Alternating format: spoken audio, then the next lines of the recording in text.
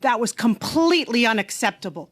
Unacceptable behavior for every woman that has ever taken her place in this house. And I demand an apology under Standing Order 18. What did you do, Mr. Cooper? I will just remind all members that, especially when we're having, and it shouldn't be cool if it's not in public, we should just be mindful. Yeah, there's a lot of things around this place that make me puke in my mouth often, so it's really unfortunate. Thanks to MP Chagger from Brampton West, there sure are a lot of things in Parliament that make all of us puke. Every single day we sit in this house as women and we hear these, they're called microaggressions, but they don't feel very micro, to continuously be undermined. And I think he owes this committee and the minister in particular an apology. And I am really sick and tired of sitting in here. Apologize for asking hard questions, Mr. Cooper. Very beginning of my career being asked if I was tough enough to do the job.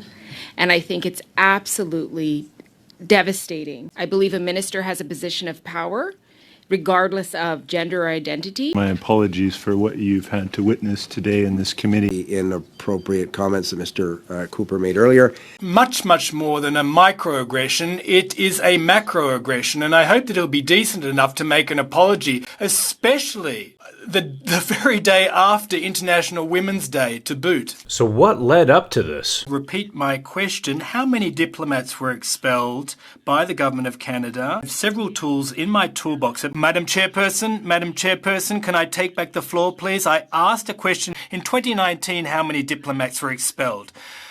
Well, my dear colleague, Madam Minister, I understand that I'm not getting an answer about 2019. 2021, how many diplomats were expelled?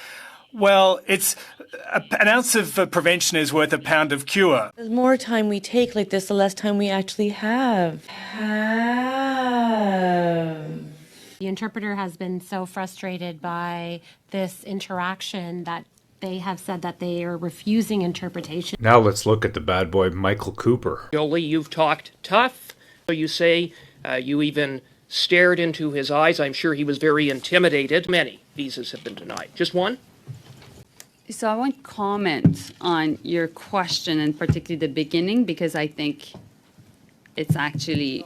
Madam, the tone. I'm going to pause time. I'm pausing time. Time out.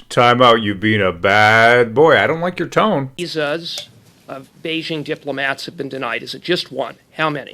What I can tell you is that there was a visa that was not granted back this fall. So one. Okay, thank you for answering that. One visa denied under your watch. Minutes and ago, I just wanted to. No, it's my time. No. But just Madam Chair. No. Madam Chair, my time is limited, and I'm going to ask for my you to next understand. Pause, Minister. Okay, pause. I just want to make sure that. Is she a kindergarten teacher? Significant interference by Beijing in the 2019 and 21 elections, but you, as Minister of Foreign Affairs, know nothing. How is that possible? Well, when it comes to activities of foreign actors in the country, the Foreign Affairs Minister was not made aware. Wait a second. You're the Foreign Affairs Minister. And since then, I've made sure that changed, that would not be the case, because obviously, as everybody around this table would be aware, you've asked to be briefed. You didn't know anything in December. Can I just finish my sentence, please, Michael? Michael. So obviously, in the context, as colleagues around this table would agree, as Minister of Foreign Affairs, I need to make sure that I have access to that information in order to conduct our diplomatic relationships in a good way. Oh, now I get it. That's why everybody shouted, "Don't be mean to the women."